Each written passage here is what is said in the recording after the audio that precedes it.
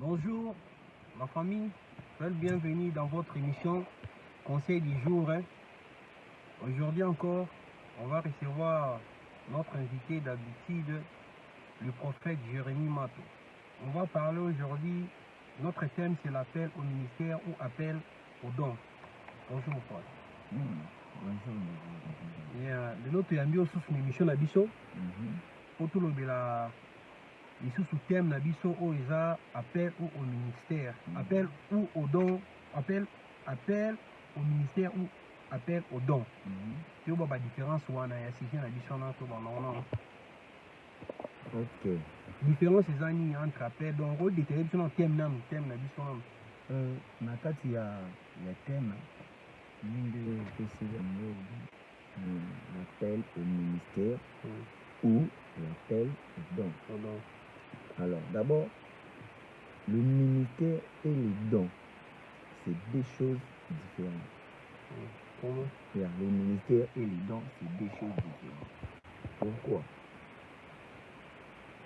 Dieu appelle d'abord dans le ministère. Et dans le ministère, on a les 5 ministères. Dans les dons, nous avons 9 dons. Comment ça on a dans 9 dons? Nous avons 9 dons et nous avons 5 ministères. Et tout dans la Bible, comment est-ce que les dons sont répartis? Dans 1 Corinthiens 12. 1 Corinthiens verset 1, chapitre 12. Bible au Bible, que 1 Corinthiens 12, toujours à partir il y a 4e verset. 1 Corinthiens 12, verset 4. Bible au Bible. Il y a diversité des dons, mais le même esprit. Diversité des ministères, mais le même Seigneur. Diversité d'opérations, mais le même Dieu qui opère tout en tous. Or, chacun, la manifestation de l'esprit est donnée pour l'utilité commune. En effet, à l'un est donné par l'esprit une parole de sagesse. À un autre, une parole de connaissance selon le même esprit. 2. À un autre, la foi par le même esprit. À un autre, les dons de guérison par le même esprit. À un autre, les dons d'opérer des miracles. À un autre, la prophétie. À un autre, le discernement de l'esprit. À un autre, la diversité des langues. À un autre, l'interprétation des langues. Et un seul eux-même esprit opère toutes ces choses, les distribuant à chacun et particulier comme il veut. Donc, Moli Mozanaka Moko. Mais après si Oyoyo a vu dans la prophétie. Dans les 9 dans la routine dans la prophétie. Voilà. Voilà, na kacha 9 dans wana. Ndi epesi biso ba boloko wana nyonso to wana. Dans la prophétie, dans la miracle, dans la interprétation à langue. Nous sommes à parler qu'à langue, mais nous sommes à interpréter à langue wana lobini. Si quoi ça donc ça donc tu penses d'embêter oui parce que oui ça va téléspectateurs sur on a 9 sortes de dons si quoi donc c'est dans zambété oui les dons dans zambété dons diabolique satanique oui différencier comment d'abord pour connaître les choses de l'esprit il faut avoir l'Esprit Saint. Donc quand tu es rempli de l'Esprit Saint et peut ça biso ya discerner et ça na donc moko ça na kacha de la discernement de l'esprit. Donc de tout ça on a donné un discernement prophétie ba lobby ils ont nzambe c'est un python diable muta lobby mais c'est Dieu. Pourquoi donner ya zoza donner ya discerner ya ko discerner kaka ma esprit makamandam ça donne ya zo. Mais non, parmi les dons, il y a des dons qui sont rage de l'eau. Avant de commencer, je vais expliquer le ministère. Et dans les ministères,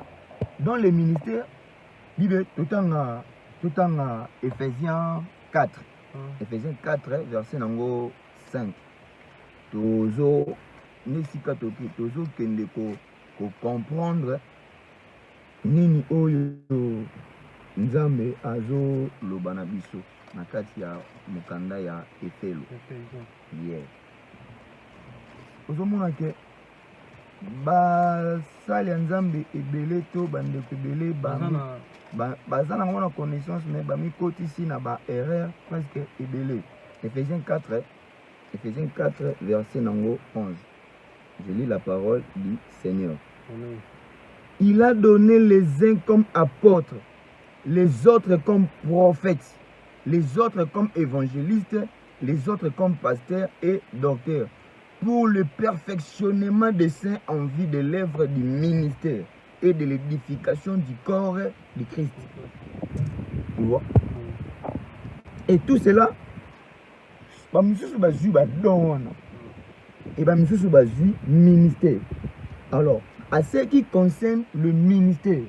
Le ministère, ce n'est pas un don, le ministère. Le ministère est adopté. Comment ça? Le ministère, c'est l'appel, c'est une vocation. Le ministère, c'est une vocation, c'est l'appel. L'appel au ministère ou au don. Alors, misusu, bazui, ba don. Bazana ministère. Bakomi, bamoto, bazi don wana, ezana ba domi bale. Oh, et ça lui rage. Nous avons don, bamoko, à s'auto-proclamer pasteur, à s'auto-proclamer prophète. Et ça doit y prophétie, ça doit y guérison. Le son doit y guérison. Que non, nous avons spécié don, on a sur la sambeli pour nous biki. Nous avons commis pasteur, commis prophète, commis évangéliste.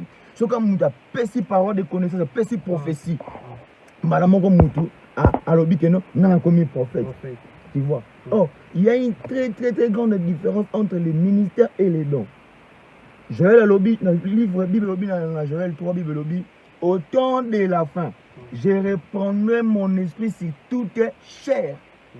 Je répandrai mon esprit sur toute chair. Abi, vos filles et vos fils prophétiseront. Tu vois? C'est ce que nous voyons aujourd'hui. Nous sommes au temps de la fin. Ba prophète Boni Babimi. Parce que Moli Mwanzambe est Sopani. Oui, dans les bons. Ceux qui les appellent, nous avons appelé sur appel, gloire à Dieu. Mais ceux qui ont appelé, et pourquoi on s'autoproclamer que tu es pasteur, tu es prophète, sans pourtant oser appel. N'a pas sabi quelques signes à appel, nous avons bien abattu. Tout en Jérémie. Jérémie 1. Bible de Jérémie. Jérémie, chapitre 1, verset 5. Bible. Avant que je t'aie formé dans le ventre de ta mère, je te connaissais. Et avant que tu sois sorti de son sein, je t'avais consacré. Je t'avais établi prophète des nations. Donc, avant Jérémie Abotama, appel en Nzambe, ezalakateke, ton mouta botamine, n'a eu appel en Nzambe. Avant même yo Obotama. Yeba que non, Nzambe si a prédestiné yo, le ministère n'a appel, la vocation que non, demain tu vas servir. Avant Koutou, Bibobi, avant Ozo, Obanako Salema. Tant que vous avez maman na yo, Abi, moi je te connaissais. Et je t'avais consacré. Et je t'ai établi comme prophète. Pourquoi? Nakatali pour maman. Je mis dans l'habillement à ébate que à prophète un jour. À ébate que non, à servir un jour. Peut-être que tant qu'on appelle moi on a monté tant qu'on a cola. À gagner ma mission sous. Que dans autant en classe dans la ministre dans l'avocat, mais appel en jamais déjà si est prédestiné. Qu'il y a certains âges qui vont me servir. Il y a au moins Jérémie à passer. Finalement, me servir Nzambe. Alors, ceux qui ont osé nous appellent Nzambe. Nzambe a prédestiné vocation ministérielle. Et comment est-ce que les lots ont se proclamé que tu es prophète, tu es pasteur? Appelle l'in oyo ozana yango pour les lots au servir Nzambe na kati ya ministère. C'est na kati ya apostolat. Sikoyo bato basalaka prophétie boni c'est bato bamba gogodo nyoka mutu kunaka en pleine prophétie parce que lui toi un neuf don un neuf don est-ce que bat musu pas la prophétie elle mutu ba sala mutu délivrance dans la délivrance ils appellent dans délivrance dans délivrance mutu ba délivrer mutu ka milimo azolo bana langue bani bo azolo bana langue bien sûr à part mo sans avant boko do bani est-ce que tu crois aussi à ça les ablo la Bible parce que sur le monde a déplacé 70 mutu di gogodo je dirais ceci tout ce qui est entrée spirituelle sort spirituel. Mais pourquoi ça ne sort pas spirituel? Lorsqu'on délivre la personne, ça ne sort pas spirituellement. L'esprit démoniaque là qui était entré à la personne, lorsqu'on lui délivre, on voit maintenant ça sort physiquement, comme ça on voit des serpents qui sortent. D'abord, qui est un démon? Un démon, c'est un esprit. C'est un esprit. C'est un esprit. Oh, on ne voit pas l'esprit, mais on sent l'esprit. Alors, démons surtout ont incarné spirituellement. Ceux qui bannis pour ça délivrance, au nom de Jésus-Christ sort. Il va sortir spirituellement. Nenga kota ki na mulimo, ne pa ko bimaka na nenga mulimo. Donc ça y est comment côté o bimaka na bonzoto physiquement que non na salle délivrance à mutu et le côté le bimi. Na salle délivrance moko boy et le côté le bimi. En tout cas, nazo ko appuyer yango te. Nzambe nzamba système te. Nzamba multi système. Si cela est arrivé que o ele kananzela na yo gloire à Dieu. Mais pour nanga na tikala omona ngo te. Et ça na eloko moko o ebima physiquement kota Paul, et qui lorsque Paul a délivré yobi ba nzete bima misu na ye. Ba nzete tanga comment aveugle banzete quand des bima misu tanga ayambi Jésus Christ tout temps de délivrance na ye avec des nzete physiquement comme ça o ebimaka na kati ya misu na ye. Et en dehors de ça na tikala omona miracle moko te salemi lui c'est bimi et le comment bimi na tikala omona. Mais c'est pas chez nous Congo, ça na fana na Congo. On a ngote na ba TV, on arrive to boa otanga ba komba ba scène nzambe mais on voit ça dans les télévisions et les caca. Eza mabete. Ceci c'est là et salemi eza mabete. Mais nzamba le système te.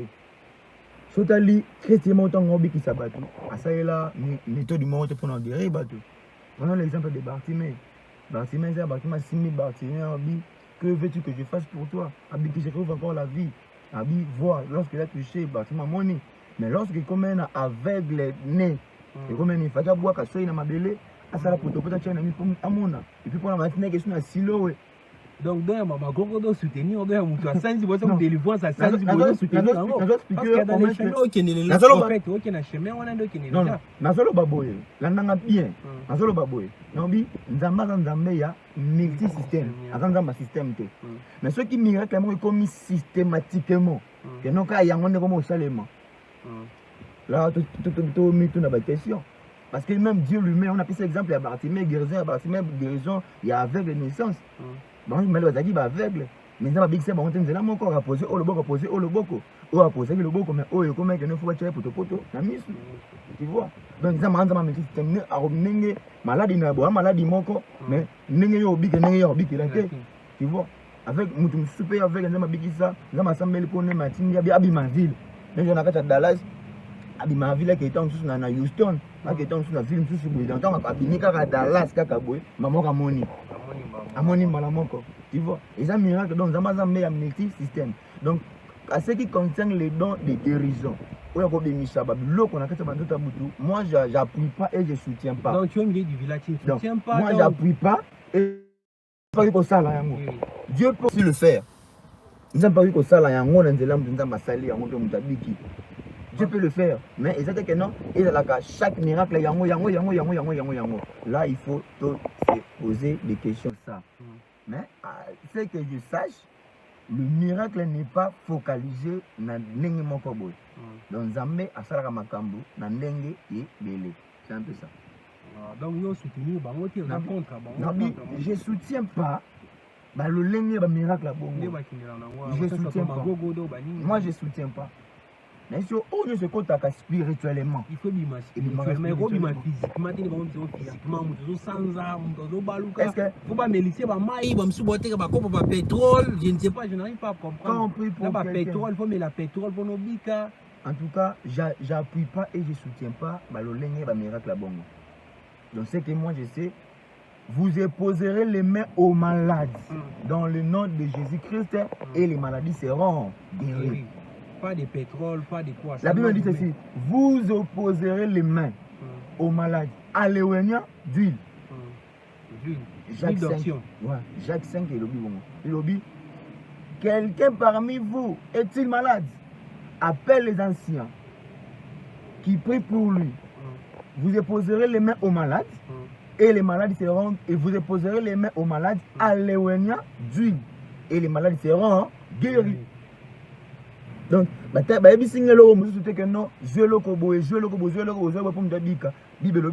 vous déposerez les mains aux malades à l'éloignement d'huile. Simplement. Et les malades seront guéris par qui? Par le nom de Jésus-Christ. Et c'est ce que moi je sais. Et c'est ce que je pratique aussi dans mon ministère. C'est ça. J'ai aussi une question à poser. J'ai constaté ça. Là, pays belé à Liban, Mboka, que ce soit Allemagne, les États-Unis, France, Canada. Nous sommes ici au Congo, nous pas même matana, nous sommes pas même matana diacre na Congo, pas même prophète, pas même que tout frère mort dans l'église, mais il y a un commis pasteur, maman une petit titre, ce sont des titrologies, un petit titre comme maman archbishop, a commis mais na Congo c'est là, c'est la Nzambeki. Pour la ligne moli moana donc bon moment na Congo donc na potre maman robima, je n'arrive pas à comprendre. Selon Yozo et tout le monde est Makambouana. Il y a des Congo qui me lorsqu'il arrive à l'étranger, à Kumba, mon prophète, c'est l'église. Et ça va pour le Congo, et ça va pour le pays à Libanda. Il veut le dire au temps de la fin. Il y aura des faux prophètes. Oh, bah ça, il y aura par-ci, par-là. Il y aura des faux prophètes. Si on sait,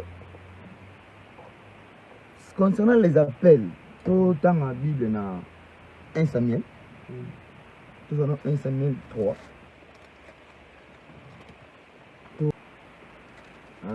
1 Samuel 3, verset 1er. Bible. Le jeune Samuel était au service de l'Éternel devant Élie. La parole de l'Éternel était rare à ces temps-là. Les visions n'étaient pas fréquentes. En ce même temps, Élie qui commençait à avoir les yeux troublés et ne pouvait plus voir, était couché à sa place. La lampe de Dieu n'était pas encore éteinte et Samuel était couché dans le temple de l'Éternel où était l'arche de Dieu. Alors l'Éternel appela Samuel. Il répondit, me voici. Et il courut vers Élie et dit, me voici car tu m'as appelé. Élie répondit, je n'ai point appelé, retourne te coucher. Et il alla se coucher. L'Éternel appela de nouveau Samuel. Et Samuel se leva, alla vers Élie et dit, me voici car tu m'as appelé. Élie répondit, je n'ai point appelé mon fils, retourne te coucher. Samuel ne connaissait pas encore l'Éternel. Et la parole de l'Éternel ne lui avait pas encore été révélée. Et l'Éternel appela de nouveau Samuel pour la troisième fois. Et Samuel se leva, alla vers Élie. Et Élie, me voici car tu m'as appelé. Élie comprit que c'était l'Éternel qui appelait l'enfant. Et il dit à Samuel, va, couche-toi. Et si on l'appelle, tu diras, parle l'Éternel, car ton serviteur écoute.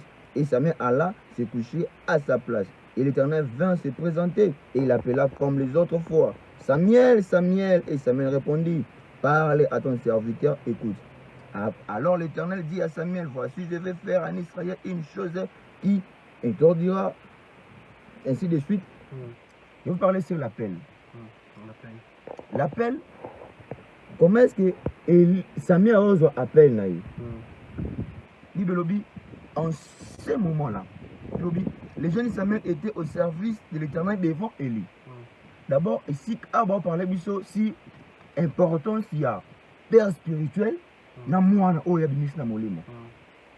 tu vois. Mais non, le vieux Élie, il a Élie a nommé sauté. Donc, mis comment qui faible. Donc, un prophète, ce qui déjà a commis déjà comme flou, c'est un danger pour le peuple. C'est un danger pour les nations. Alors, Israël est comme déjà un danger parce que le prophète Élie, le vieux prophète Élie, déjà mis ce comme dans le là. Donc, à mon avis, et ce danger continue dans le monde. Et directement, le Seigneur, quand le Seigneur a vu que le vieux prophète, le vieux Élie, vision comme qu'est-ce que Dieu a fait? Il a nécessité Samuel. Bible dit, Élie en est à la place, mais Samuel couchait où? Dans le temple où était placé l'arche de l'alliance. Or, l'arche de l'alliance représentait quoi? Représentait Dieu. L'arche de l'alliance représentait Nzambe. C'est là où Samuel a mené là. Mais lorsque Nzambe a benga Élie, a benga Samuel, Samuel a zaki nesi comme soutien pour comprendre voix Nzambe. A trop jeune, a do discerner voix Nzambe. Mais tant ba bengi, a kimi mangi pas na Élie. Abi mais voici quand tu m'as appelé, mais Élie no bengi c'est Nzambe no benga. Pourquoi? Il a considéré d'abord son père. Bien que j'ai reçu l'appel au ministère, mais il y a un père qui m'a encadré. Il y a un père spirituel qui est à côté de moi. Donc je dois me soumettre à mon père spirituel. Donc même si nous sommes mais il faut discerner voir Nzambe. Donc pour nous comprendre, nous doit discernement à voir Nzambe, nous doit comprendre que c'est le Seigneur qui m'appelle. Qu'est-ce qu'il faut? Il faut courir le père spirituel. Parce que le père spirituel est un Nzambe liboso avant de Nzambe. Tu vois? Mais non, on va dire que nous sommes pasteur, nous sommes prophète parce que on est États-Unis, parce que nous sommes en France. Un père spirituel, tu vois? Par exemple, on a un père spirituel, mais pour comprendre la vocation, tu dois comprendre la vocation. Père spirituel, attends, tu as checké dans Nzela, mais tu dois comprendre que mon père est dans Nzela, moi, quand je suis père, je suis et Abimi a se rebellé, Abimi a été aux États-Unis, tout partout, a commencé en Zambie. Mais avec un appel, mais orientation, il appelle les Alaka. Dieu peut t'appeler. Mais suivre les orientations de l'appel pour que au fond pour comprendre le besoin de gâter. Il faut voir ça ma tata. Des gars ont théologie là parce qu'il y a d'autres pasteurs on a pasteur l'église on a pasteur même à Sédon on comprend excusez-moi pour le mot pasteur a senté à ta pli de biba bas bandimina kati pasteur a zobe bisa ba mabala ba ki on a monné que na étranger mine salamana parce que muzaki na appel ki on a selon ngai selon idée na ngai et puis tout le monde a tiré ça manque des appels.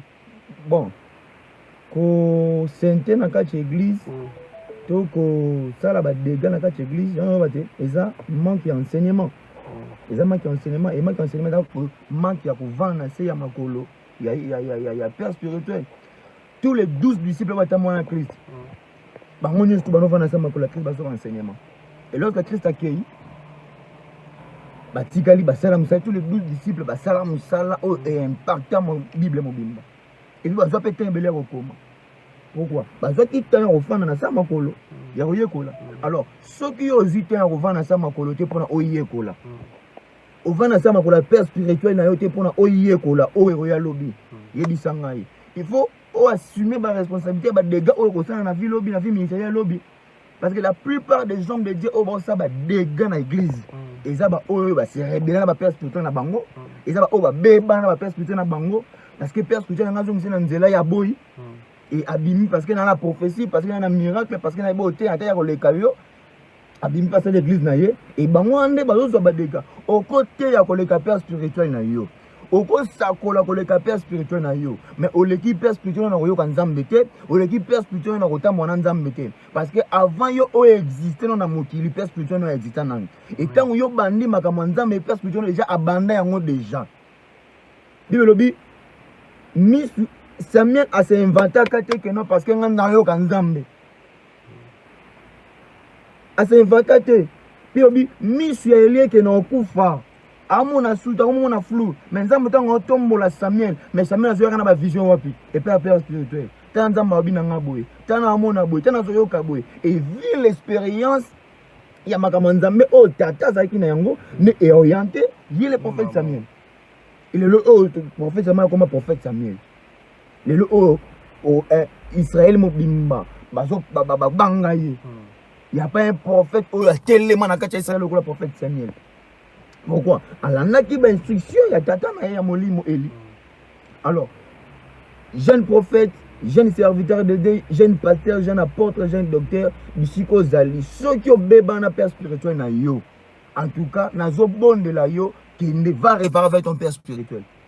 Va réparer avec ton père spirituel. Et ça va des gars au biso à jeune serviteur de tout ça là. Parce que aux entend il y a conseil père spirituel na yote, aux entend il y a conseil et ba mentor, il y a ba mentor na yote. Aux hommes qui ont commis likolo ya batunyo surtout. Il y a monde qui ont ça là ba des gars. Il y a monde qui ont ça ba des gars surtout nous parce que dans la rate na ça qui toko. Na lo baka bien na non trop jeune. nalataka pe bien basi bakomi na yo esili ozopanza mabala bato mwasi bato aye oprie mpo na ye opesi profession ezeta mosusu banga bakonfi na mobali na ye olie okende obongisela bango mais yo pandi lisusu mpo komoka okouche kaka na mwasi wana. Je vous dis chers serviteurs de Dieu, nzambe azoya oyo ozosala wana ekoma na suka nzambe azoya. Jésus Christ revient bientôt. Repends-toi. Bible dit les serviteurs de Dieu seront sévèrement jugés. Plus que même les croyants. Plus que même les croyants. Dans la Torah, sévèrement jugés. Sévèrement jugés. Mais c'est les moments. Tout ça, l'ensemble est bien. Tout ça, l'ensemble est bien. Tout ça, l'ensemble est bien. Tout ça, l'ensemble est bien. Ce qui prend dégâts au la première des choses, on manque d'appel.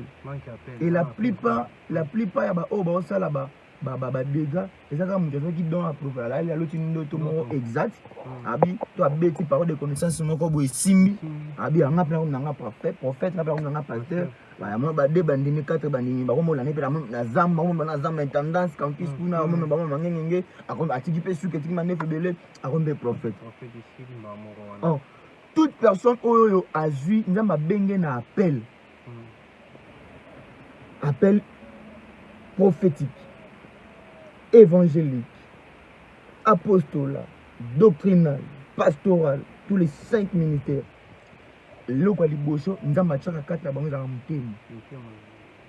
Parce que au rôle de la prophète, mais il y a un pasteur.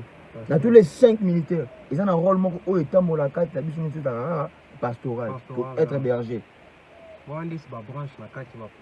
Non, pasteur. Et un ministère, ministère pastoral, ministère prophétique, ministère doctrinal, ministère évangélique, ministère apostolique. Et c'est tous les 5 ministères. Mais dans tous les 5 ministères, nous avons un qui berger à Tcharanakati. Dans tous les 5 ministères, nous avons un aussi pour Bakam. Parce que nous avons un peu de kanda, nous avons un berger. Ce que nous avons un berger, c'est n'importe quoi. Donc, nous avons un ministère. Il faut être un berger d'abord. D'abord, un serviteur de Dieu, qu'il soit prophète, pasteur, il est celui qui est d'abord berger. Donc, un berger, il a un brebis, il a un troupeau. Donc, à ta troupeau, il faut bien naïr. Donc, il faut il faut otika tous les ceux qui ont 10 brebis. Autant maman de la moko et que brebis moko a qui mou ko se garer il faut ozu moko anoki mawana oye na ye ozongi ici na nzela. Alors le lomo na msa nzambe ana mutema ki berger te mais malamonga mamoko prophète mundi misoka salere maman boya beti asali boya asali bitu mebimi. Non, ce n'est pas ça être un chrétien, ce n'est pas ça être un berger. Il faut avoir le cœur de berger. Voilà. Bien, c'est bon. Notre émission conseil du jour, c'est presque vers la fin déjà.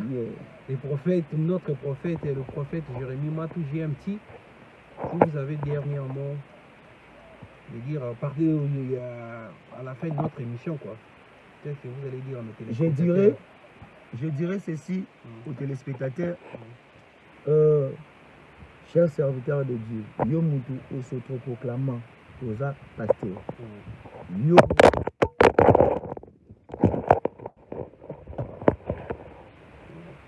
Yo mutu autoproclamant que oza pasteur. Yo mutu autoproclamant que oza évangéliste. Yo mutu autoproclamant que oza apôtre docteur na edisio. Zonga sur sa mokolanzana. Comprendre d'abord le ministère c'est quoi. Nous on a machaka on a mokocha dokat na yo. Nous a machine ministère to. Na machika dokat na yo car pour la perfection ya musala ya nzambe.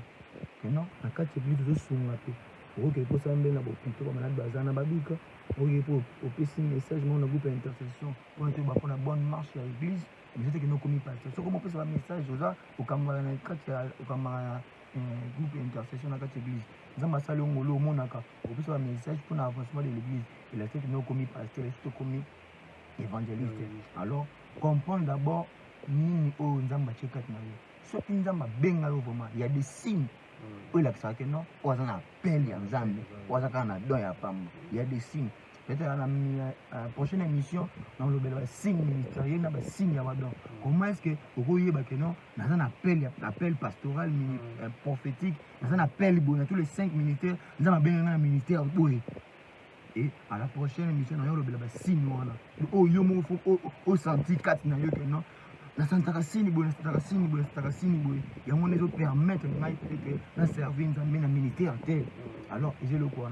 Même si vous sentez yango, sachez-le bien, il faut aller caper dans la père spirituel. Parce que c'est le père qui consomme le ministère. Au cause du ministère que nous avons évangéliste.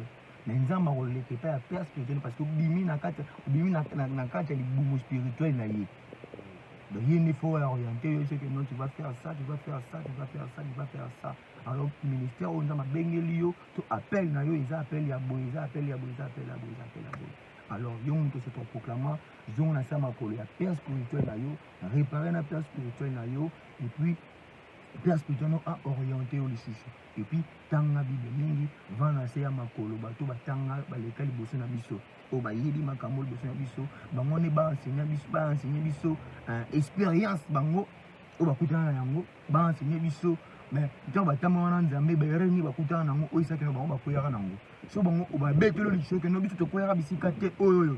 Tongo yo ko bisika na mo koya ezala te. Osani osote parce que papa batata déjà ba yebisi yo ke no to tambola boy bisika te to kutana bisika boy to koyaka to salaka boy.